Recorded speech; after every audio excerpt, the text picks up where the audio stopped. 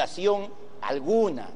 Tienen que entender que acá no estamos hablando de levantar la inmunidad parlamentaria, estamos hablando de dos cosas: del antejuicio político, que significa el desafuero del congresista, quitarle todo tipo de inmunidad y ponerlo a disposición del Ministerio Público y del Poder Judicial para que sean procesados. O sea, esto sale del Congreso y no es que viene del Poder Judicial al Congreso. Y en segundo lugar,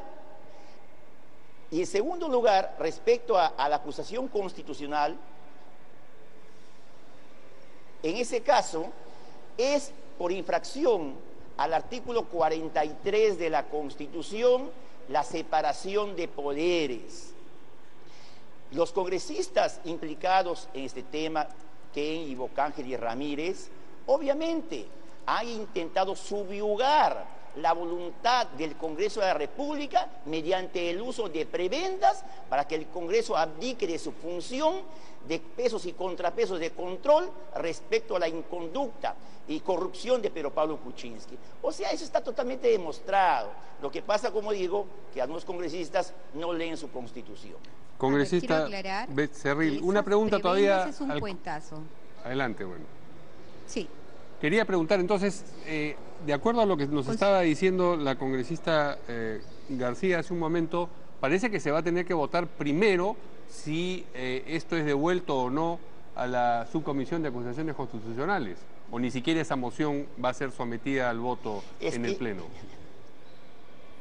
Es que eso no procede, pues. O sea, ¿cómo va a regresar a la Subcomisión de Acusaciones? Ya está en el Pleno, acá simplemente se aprueba o no se aprueba. Si se aprueba, finalmente, la parte de la acusación constitucional referido al antejuicio político serán puestos a disposición del Ministerio Público y del Poder Judicial. Si se aprueba la parte del juicio político, porque aquí el Congreso procesa, sanciona, ahí podrían ser destituidos, inhabilitados o suspendidos. En caso contrario, se archiva y punto. Acá ya no tiene que regresar a ningún sitio. Falta conocimiento. En todo caso, que se archive, porque el congresista Becerril sabe que la mesa directiva la manejan ellos. Cuando quieren lo regresan y cuando quieren lo aguantan. Así que no es novedad aquí en el Congreso de la República. Qué falta de conocimiento.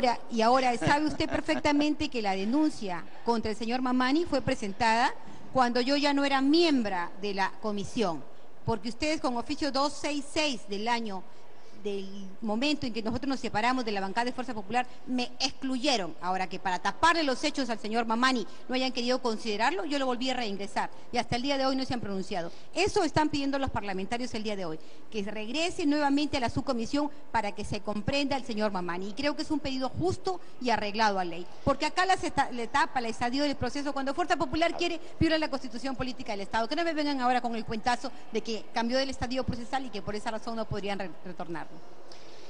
Bueno, yo entiendo a la colega, su falta de conocimiento es nueva, pero de todas maneras debería ya en año y medio leer la Constitución. Y acá, una buena noticia para algunos y mala noticia para otros. El día de hoy, por fin, el Ministerio Público ha hecho llegar el peritaje, informe pericial de análisis digital forense. 2 sendos análisis periciales. ¿Y cuál es lo importante? ¿En qué termina esto? Termina el informe pericial de análisis digital, dice: el material audiovisual extraído del aparato grabador copia espejo no ha sido editado ni manipulado, por lo cual no se afectaron el contenido de audio e imágenes que conforman los archivos de video. También dice: informe pericial de análisis digital forense de mayo efectuado directamente al reloj grabador que entregó el congresista Moisés Mamani, que concluye que no ha sido objeto de manipulación. Con esto se termina que algunos congresistas se escudaban en este peritaje, un peritaje anterior de parte, para no votar en contra de la corrupción. Y también algunos medios que han estado informando que había informes de los peritajes que han sido manipulados. Esto deja de lado todo ello. Congresista Así es que Becerril. los audios sí, y todo eso nunca han sido, sí. Ok, eso para precisar. Entonces, estamos hablando de este peritaje segundo del Ministerio Público al reloj del señor Mamani. ¿Es así? Porque eso es algo nuevo. Es el informe pericial de análisis digital forense que recién el día de hoy ha emitido el Ministerio Público, tanto a las imágenes que se ha presentado como también del reloj, donde determina que en ninguno de los casos ha habido ningún tipo de manipulación y que las imágenes no han sido editadas y que no han sufrido ningún tipo de daño. Así es que esto abona más, pues en realidad, para que estos congresistas sean sancionados por haber sido operadores de la corrupción de Pedro Pablo Kuczynski. Yo creo que los únicos operadores de la verdadera corrupción en el Perú son los fujimoristas, aquellos que no quieren interpretar la Constitución de manera literal y como corresponde, aquellos que forzando las figuras jurídicas quieren sancionar al congresista más votado del Perú y más querido del Perú. Imagínense, dice, los que no quieren interpretar la Constitución de manera literal, o sea, hasta ahora no sabe la colega que justamente la Constitución no se interpreta de manera literal, no es una ley de desarrollo constitucional. Aprendamos un poquito. Aprenda un poquito usted, señor. Tiene que interpretar y aplicar la norma. Para eso es parlamentario con tantos periodos, y a mí me extraña que siendo parlamentario usted de 2 o 3 periodos no sepa leer la Constitución y quiera forzar la figura, quiera forzar el artículo 34, 35, 38, 39, que hablan de la soberanía nacional y decir que esos son delitos. Por favor, Pero, señor congresista García, ¿qué dice de este peritaje último, que era el que se estaba esperando el Ministerio Público, del reloj del señor Mamani? Según lo que expresa el señor Becerril, está interpretándolo a su manera. Los medios de comunicación el día de hoy han sido sumamente claros, que han sido borrados cuatro videos y que solamente se han recuperado 11. Eso es lo que el señor Becerril ahora no explica acá, no entiendo por qué razón. Él está contradiciendo lo que dicen los medios de comunicación, no sé de dónde viene el error, pero el Ministerio Público ha sido sumamente claro. Aquí están los peritajes del Ministerio Público. Claro, hay congresistas que se dejan llevar, pues, por simplemente noticias que no tienen ningún asidero. Yo siempre hablo con pruebas en la mano. Congresistas, díganme, ¿se va a debatir y resolver si los integrantes de la permanente van a votar o no, o sencillamente van a proceder al voto? ¿Hay un momento en el que esto va a ser materia de discusión en el Pleno?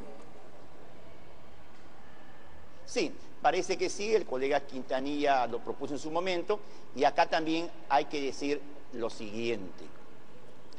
Cuando el artículo 89 del reglamento del Congreso señala que para la acusación constitucional no debería tomarse en cuenta a los miembros de la Comisión Permanente, también señala que debe ser con un criterio de razonabilidad.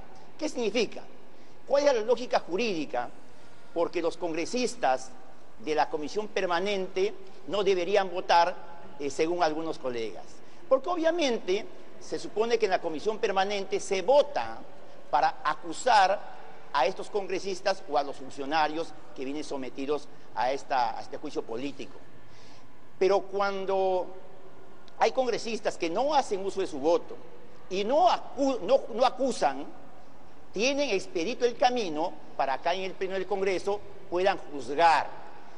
La razonabilidad refiere que no pueden ser juez y parte. Y aún más, hay otra razón más de peso. El artículo 89 no diferencia entre miembros titulares y suplentes de la Comisión Permanente. En todo caso, descontaríamos los 60 congresistas de la Comisión Permanente y el Congreso quedaría con ¿cuántos? Con 70 congresistas. Los 2/3, ¿cuánto es? 47 congresistas. Y llegaríamos al absurdo que 47 congresistas podríamos acusar constitucionalmente, destituir, suspender o inhabilitar, por ejemplo, a los congresistas, por ejemplo, a los miembros del Tribunal Constitucional, por ejemplo, al presidente de la República. Eso es una aberración. Por lo tanto, los que no han votado en la Comisión Permanente sí deben votar en el Pleno. Y hay 4 antecedentes anteriores. Y no solamente eso, para abundar más, una opinión consultiva de la Comisión de Constitución, año 2011-2012, también determina que sí pueden votar. Por eso, en la última acusación constitucional respecto a Michael Urtecho, votaron todos los congresistas que no han votado en la comisión permanente. Queremos conocer la posición de la congresista Las García. interpretaciones auténticas, entre comillas. Claro, eso sí, Ahí Alberto están las Fujimori, interpretaciones pues. auténticas, entre comillas, que hace Fuerza Popular. ¿Cómo es posible que, contraviniendo el artículo 89 del reglamento, que es clarísimo y que señala que los miembros de la comisión permanente no votan, ellos quieren hacerlo votar? ¿Por qué? Porque no tienen los votos suficientes. Y ese temor fundado es que está haciendo ahora que ellos interpreten a su manera, bajo unos precedentes ilegales, hacer votar a los miembros de la comisión que no votaron. Basta, pues, de abusos, señor Becerril. Basta de abusos. Basta de arbitrariedades. Pregunto yo. ¿Eso lo definimos nosotros o lo define el Pleno del Congreso? Lo define el Pleno del Congreso, así que... Basta de arbitrariedad, ustedes son mayoría y quieren abusar de su mayoría parlamentaria. No, eso no es así. Así es que vamos a esperar que el debate continúe, vamos a esperar finalmente las votaciones y el país verá hoy día a qué congresistas, a qué bancadas les gusta convivir con la corrupción y quienes deslindamos tajantemente con la corrupción. Así de simple. Una consulta a los dos no les congresistas. gusta convivir con la corrupción. Sí, a los dos congresistas una consulta. Ayer estuvimos con el ex congresista Natalia Primo, que fue en su momento presidente de la Comisión de Constitución, nos explicó, y él hablaba sobre los porcentajes que se sacan con la base de estos 30 votos de la Comisión Permanente, que no podrían ser los mismos en el Pleno del Congreso. Pero advertía que hay miembros titulares de la Comisión Permanente y suplentes de la Comisión Permanente. Si el titular de la Comisión Permanente no pudo votar por algún motivo y sí lo hizo el suplente, entonces el titular va a poder votar en el Pleno, más no el suplente. Si ninguno de los dos... Pregunto yo, Verónica. Sí, congresista Becerril, a ver.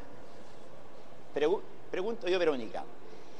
¿En qué inciso del artículo 89 del reglamento del Congreso señala, hace un distingo entre titulares o suplentes?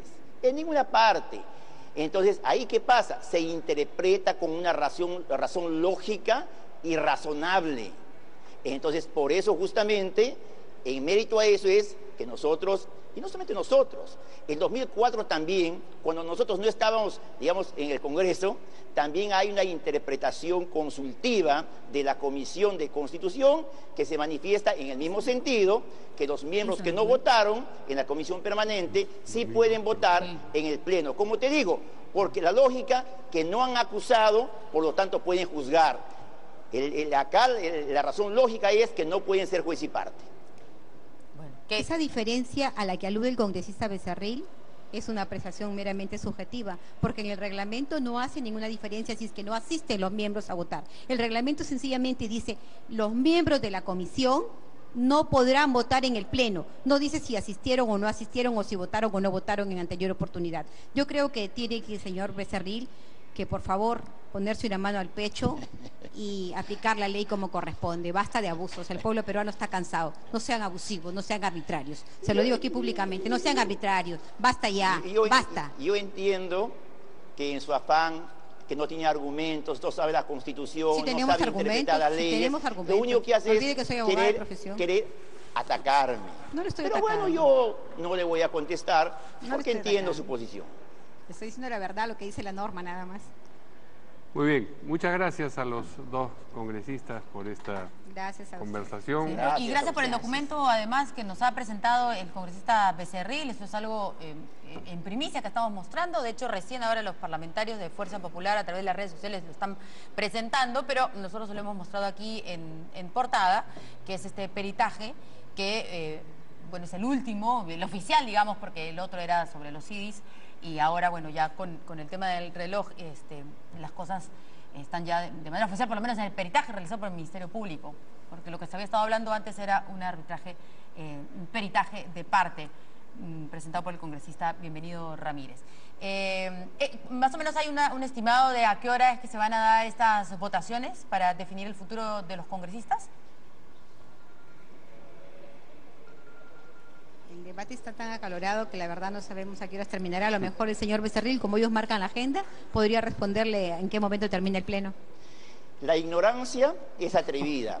O sea, la congresista no sabe que de acuerdo a los que se han inscrito de cada bancada, cada uno tiene su tiempo. Bueno, usted creo que nunca ha ido pues, a la No. Junta de Portavoces. Ahí se dan los tiempos de cada bancada. Aprenda un poquito. Ustedes los extienden cuando les conviene y cuando no, a mí me dieron hoy 1 minuto. Esto que corresponde Bien. a su bancada. Eso es lo que su bancada tenía como tiempo. Bien, muchas gracias a los dos congresistas por este contacto. Gracias. Vamos a Muchas volver. gracias. Para que puedan regresar al Pleno, no va a ser que Así nos es. manden las votaciones. Vamos a una pausa y luego regresamos con nuestro invitado, que es el doctor Aníbal Quiroga, constitucionalista, que nos va a ayudar